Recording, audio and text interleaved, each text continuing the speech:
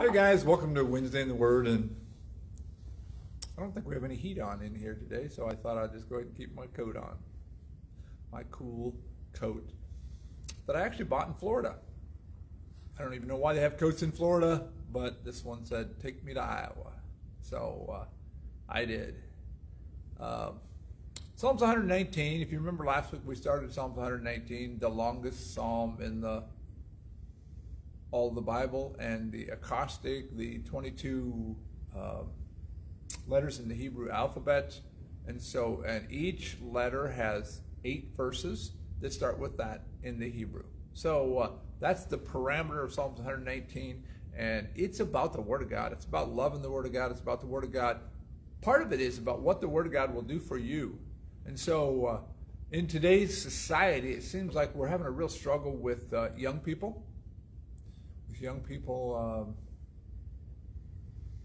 Just growing up and figuring out life, and not making decisions that are going to destroy or damage the rest of their life.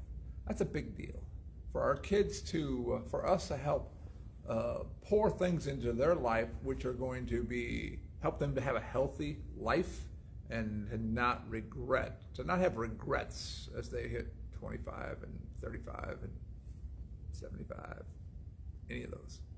So we're going to start at verse 9. We talked about the others, and it starts off, it says, how can a young person stay on the path of purity? By living according to your word. Question asked, question answered. How can a young person stay on the path of purity? Here's the problem in today's society. Purity is not being promoted. I saw just the other day that STDs are on the rise in huge ways.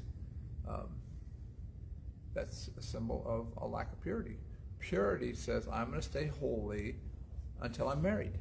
I'm going to wait until I'm married. I'm not going to just have random sex with all these strangers wandering through. I'm going to save myself for a special person that God's going to bring into my life.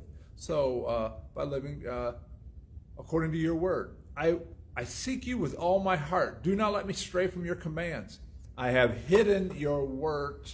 I have hidden your word in my heart. I have poured it in there. I have a surplus supply of your word in my heart, so that whatever situation arises, I have the part of your word that applies to that situation. I have hidden your word in my heart that I might not sin against you. You see, the word of God, sin keeps you from the word, or the word keeps you from sin. That's kind of how it works. It says, praise be to you, Lord. Teach me your decrees. With my lips I recount all the laws that come from your mouth. He was saying, not just reading them, but he was saying them out loud. He was speaking them. It's interesting how many times, have you ever had this happen where you had a thought in your head and you thought, wow, that's really good, and then you say it out loud, and you're like, boy, it sounded better in my head. Yeah, you gotta be a preacher. That can happen. Yeah, regular.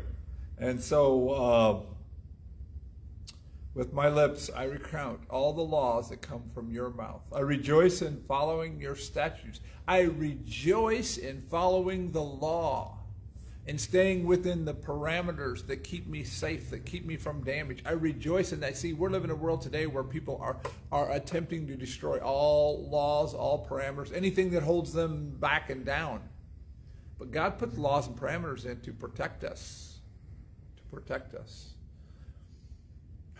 I rejoice in following your statutes as one who rejoices in great riches.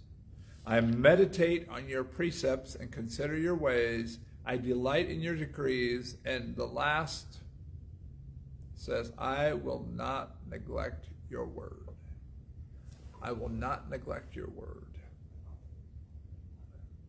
How many of you got pets?